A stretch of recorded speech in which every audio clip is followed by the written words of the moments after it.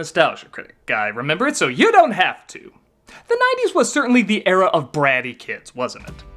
Long gone were the days of kids getting into trouble by accident. 90s brats got into trouble on purpose, and were out to break whatever and whoever they wanted. Reining in a new decade of rebellious delinquents. And at the beginning of this shift was the unbelievably immature, ridiculous, stupid-as-hell movie written by the guys who wrote Ed Wood, People vs. Larry Flint, and Dolomite Is My Name? Wow, that sent that score up.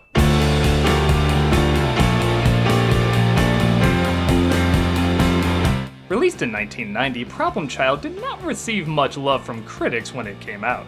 This isn't surprising as, well, it's a really stupid movie. It's incredibly mean and violent, which would be fine if it wasn't so incredibly dumb and idiotic. But much to my everlasting shame, I kinda love it for that. Okay, here's the thing. Everything said about this movie is true. It is hopelessly moronic and childish, but it's a movie about a snot-nosed little brat that feels like it was written by a snot-nosed little brat. Being a snot-nosed little brat myself in the 90s, I felt like this movie gave me all the crude, cartoony, mean-spirited fantasies that a lot of children like me had at that age. This might be why the film was such a hit, resulting in a sequel as well as a cartoon series soon after. But is it actually good? How do I put this? I don't think the film cares. It's not setting out to impress, delight, and show off. It's setting out to mock, laugh, and get in trouble, which in some respects, it did get in. People walked out at test screenings. It still sits at 0% on Rotten Tomatoes. People even protested the poster for animal abuse. It lives in a sadistic, adolescent world, and honestly, I think it's aware of that. But 30 years later, does that equal out to any value for adults? Let's look at this masterpiece of idiocy to find out. This is Problem Child. We open with our main character, Junior, played by Michael Oliver, being left at a doorstep by his mother, presumably with a note that says feed him lots of milk. Or maybe not. Well, that calls for immediate abandonment. The credits roll as Junior is passed from house to house, each one falling victim to his chaos. That needs a recall. I love that they drop him off via basket despite him being too big as he gets older. It's even the same basket, like each house held onto it just in case they wanted to ditch him. It's that kind of mean-spirited movie.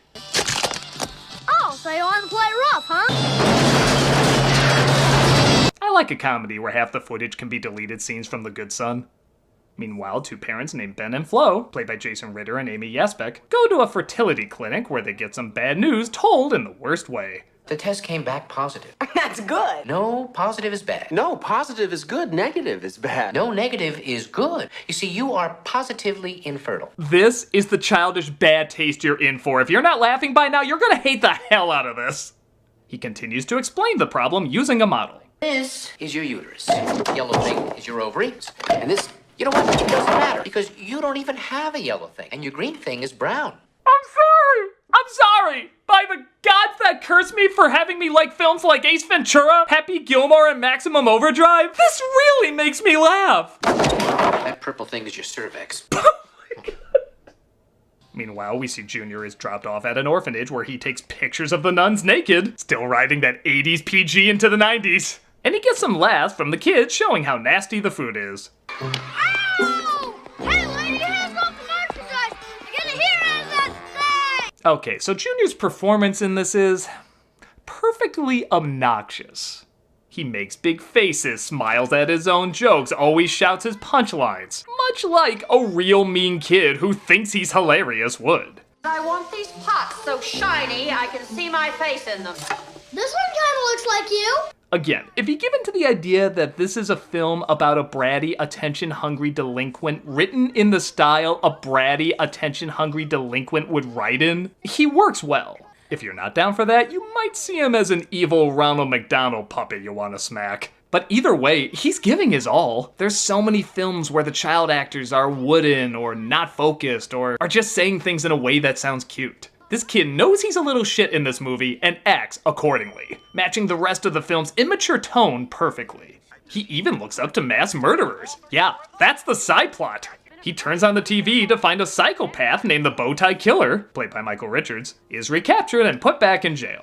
I'm not a bad guy. I'm just misunderstood. Nobody cares about me but me. Oh, too easy. I need a challenge. The nuns are so pissed off at Junior's constant attacks on them that they tell the head of the adoption agency, Mr. Peabody, played by Gilbert Gottfried, yeah, this film was getting too quiet and subtle, that he has to go. He's evil. That's a wicked mind. Look what he did in art class. Skeletons, Headless corpses. monsters devouring human flesh. Has he been reading the Bible again? Junior likes the idea of being kicked out and tries insulting Mr. Peabody to make it go faster. What's so funny? You are, you stupid dick. Same rating as Frozen, folks. Maybe what Maybe. the child is trying to say is that... My God, which one's the child and which one's Gottfried? While being part of a pen pal program, Junior writes to the Bowtie Killer, who confuses it for another killer named JR. I love how afraid even the guards are to be around this guy. Hey, what? I have to say, this follow-up to the Seinfeld finale is more violent than I thought it would be. Ben and Flo decide to adopt, and Peabody pushes Junior as the perfect child. I'll admit, I love the big selling point is that he wears a bow tie, not knowing it was inspired by a serial killer. Hey, we must have gotten a pick of the litter. Look, everyone's come out to see him off. Just like when I left Catholic school. Here, kitty kitty. No, Junior, make nice with Kitty. He just got used to his cat sound effects that are in everything. So what do you think, big guy? Well, there sure are a lot of clowns. And with this new miniseries coming out this year, you're sure to love him even more. They invite over his new grandpa, played by Jack Warden, and tell him there's a new bundle of joy in their lives. You and Flo cooked up a cute little kid for my campaign. You know, I thought you were getting fatter, Mama. And here I thought doing that Mel Brooks film put the kibosh on that. Junior sets the room on fire and blames it on one of the toys malfunctioning. The grandfather doesn't trust him. Accident my ass. Get rid of him. It's the last time I set foot in this house. I'm sorry, I get it. I get when people say they don't like this movie. It's completely understandable. But watch this on a loop. Tell me those aren't the gifts they play in heaven. Stephen Hawking's laughing his ass off at this. Get rid of that kid. Oh, get rid of him. Ben is convinced that both occurrences were accidents and stands by that Junior is still a good little boy. I want to be a great dad, and you know what? I will never be too busy to sit down and listen to what's on my son's mind over a nice cup of hot cocoa. John Ritter really is the perfect choice for this nice father being driven to insanity. For most of his career, Ritter was always seen as the nice guy, the goofball, just trying to do good. But as he got older, he tried out more edgy material, revealing he had a risque side that balanced out with his zany side, resulting in that uncle that told you old but still inappropriate jokes you couldn't help but laugh at. This was in the middle of him trying to find that edge, so when you see him as the nice guy who lets everybody take advantage of him, you're waiting, and seemingly so is he, for him to crack. My dad was really proud. Blow it out your ass. Every second, it looks like he's about to go berserk. I keep thinking he's gonna make that face Bilbo makes when he tries to steal the ring from Frodo. We're never gonna get rid of you. You're here forever. He takes Junior camping, which leads to some great animal cries from his slingshot. It's no deal for campsite. But he doesn't get along with the other kids, so he pisses on the fire. Can't all be winners. Wow, was that a weak fire? Is he the Dirk Diggler of hoses? I bet you've never been camping before. It's so much fun. Junior lures a bear to the camp, but of course, Ben thinks it's just his friend in disguise. This is great, bro. He's not so bad. I'm kind of fascinated by how intriguingly disinterested this kid is. Yeah, we could die, but doesn't mean I can't enjoy the mustard on my cheek. So that's supposed to not be the guy in the bear suit, right? They put together Junior was behind the scheme, and Ben tries to figure out how to punish him. Children often misbehave just to get attention, and we should resort to discipline only when other forms of positive reinforcement have failed. Like, if I tell myself this is objectively a good movie, maybe I'll finally see it as that. Dickhead. Leave me alone, I still like it!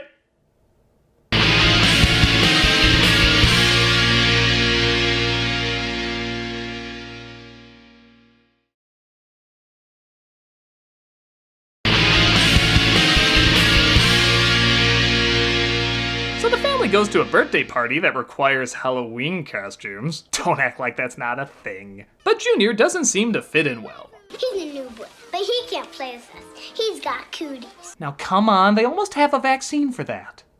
Ben tries to make Junior feel better by giving him something special. My grandfather gave this to me just before he died. What is it? It's a hardened prune. Grandfather became a little senile toward the end. He thought it resembled Roosevelt. Alright, we may have found an heirloom more crazy than Walken's pocket watch. In one place he knew he could hide something, his ass. This has pretty much no impact on Junior as he sabotages the party, making everybody's life a living hell. Oh, it's deleted. Flo demands that Ben gives Junior the discipline he deserves. Here, be a man. I'm gonna brush his hair so hard Barbie would be jealous. He finds he can't spank him, but does decide to take back his allowance. The whole buck? That's right, now just hand it over. I wonder if he's got change for a 20.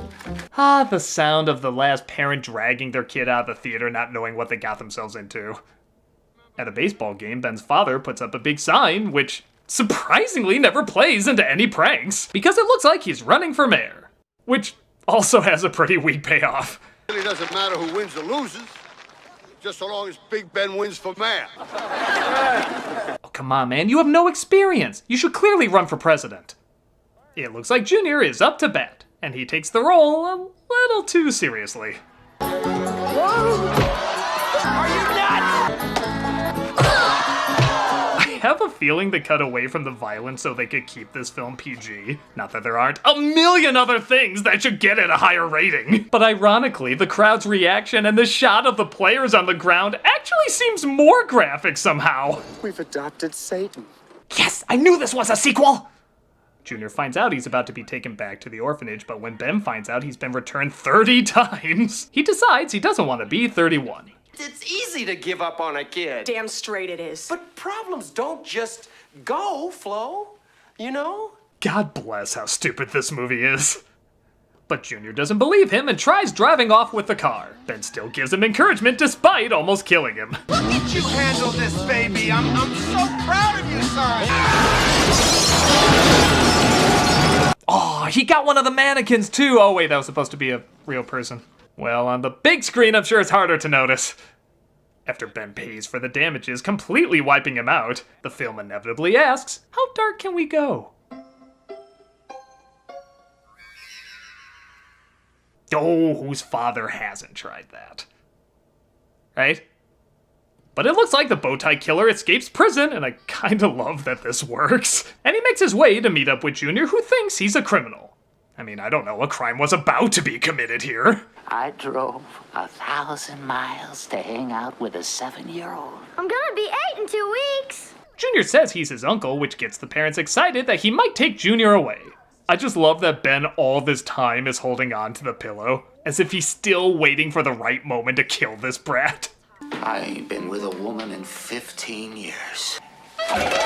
How dark will this go again? Did you say 15 years? Oh, okay, not that dark. The next morning, Ben finds the bowtie killer kidnap Flo and Junior, and in keeping to the absolute rottenness of this movie, he's pleased as hell. Goodbye, Junior. I am so sad to see you go. $100,000? Ha! Made a kid's cartoon out of this, you say? He discovers, though, that Junior drew a nice picture and held on to the prune. Aw, maybe he wasn't worth suffocating. The killer stuffs Flo into a suitcase. Oh, he didn't kill her, she's still alive, so that totally makes sense. And he tells Ben to meet him at the circus. I've never been to the circus before. Yeah, well, I hate circuses. Nothing worse than a bunch of clowns trying to make you laugh. That was literally the sum up on Rotten Tomatoes. Ben comes to save him, but Junior kicks his own way out of his clutches. Come on, let's have some kicks. Good idea. I'm actually shocked the film was mature enough not to put a sound effect over that crotch shot. It actually feels a little weird without one. Dare I say, not right. I'm sorry, but I gotta put one in to balance out the universe. Don't worry, I'll make it especially hard and crunchy. Sorry, there's no such thing as a quiet kick to the balls. Junior runs away with the money and stumbles into the middle of the show. I'll get you now! However, did this guy get recaptured? He's so good at keeping a low profile.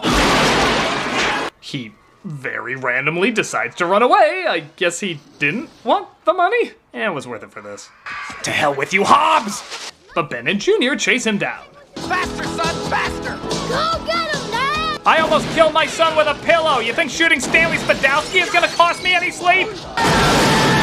They stop the car, Flo goes flying into another vehicle, the killer is arrested, but again, how dark are we willing to go? My only regret is, stay tuned.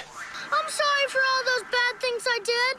If you come back, I promise I'll never do anything naughty again. Starting to see why there weren't many emotional moments in this. Daddy, come back. I love you. Here's a pig farting on Flo. It's not much better, but it feels more familiar. Now, of course, the prune is what stopped the bullet. Movies! And I have to give Ritter credit for how seriously he said this. I'll be all right, officer. He got me in the prune. Okay. There should be a BAFTA award for that line delivery alone. Now, you're not gonna hold me to all that stupid junk I said about being nice, are you? We need a sequel, don't we? The film ends literally teasing na-na-na-na-na to us. Which is honestly the most appropriate note this film could go out on. And that was Problem Child. It's not the worst film these writers have worked on. This movie is one of the most immature things you could watch. It's crude, raunchy, dumb, and like I said, feels like a nasty little boy wrote it. But it's such an unfiltered and raw way that nasty little boy wrote it, I can't help but be drawn in by it. It's like someone gave that little toady from A Christmas Story millions of dollars to do whatever he wants. I can't act like that's great filmmaking, but it is fascinating to witness. I hate admitting that, as this is such a ridiculous, attention-hungry film, but I remember when I was a ridiculous, attention-hungry kid. And I feel like this captured the energy, imagination, meanness, and sure, childish stupidity of that age. It's bad in the same way a rotten kid plays a prank at a school play. You don't encourage it, but you are secretly giggling covering your mouth. Look, I can't defend this as something that's very redeemable. I don't even know if I'd recommend it to that many people. But what I can say is, if you remember yourself at your brattiest, when you were being punished, when whatever you thought of, no matter how stupid, was the funniest thing in the world to you, this movie captures that. And I'm sorry, I can't help but feel that's something to sort of admire. It's loud, obnoxious, and does a ton of things that make no sense, but so did you when you were little. And if you're curious to revisit that in the most rotten of ways, God help me, this might just be the film for you to check out. I'm a nostalgia critic, I remember it, so you don't have to. Dickhead.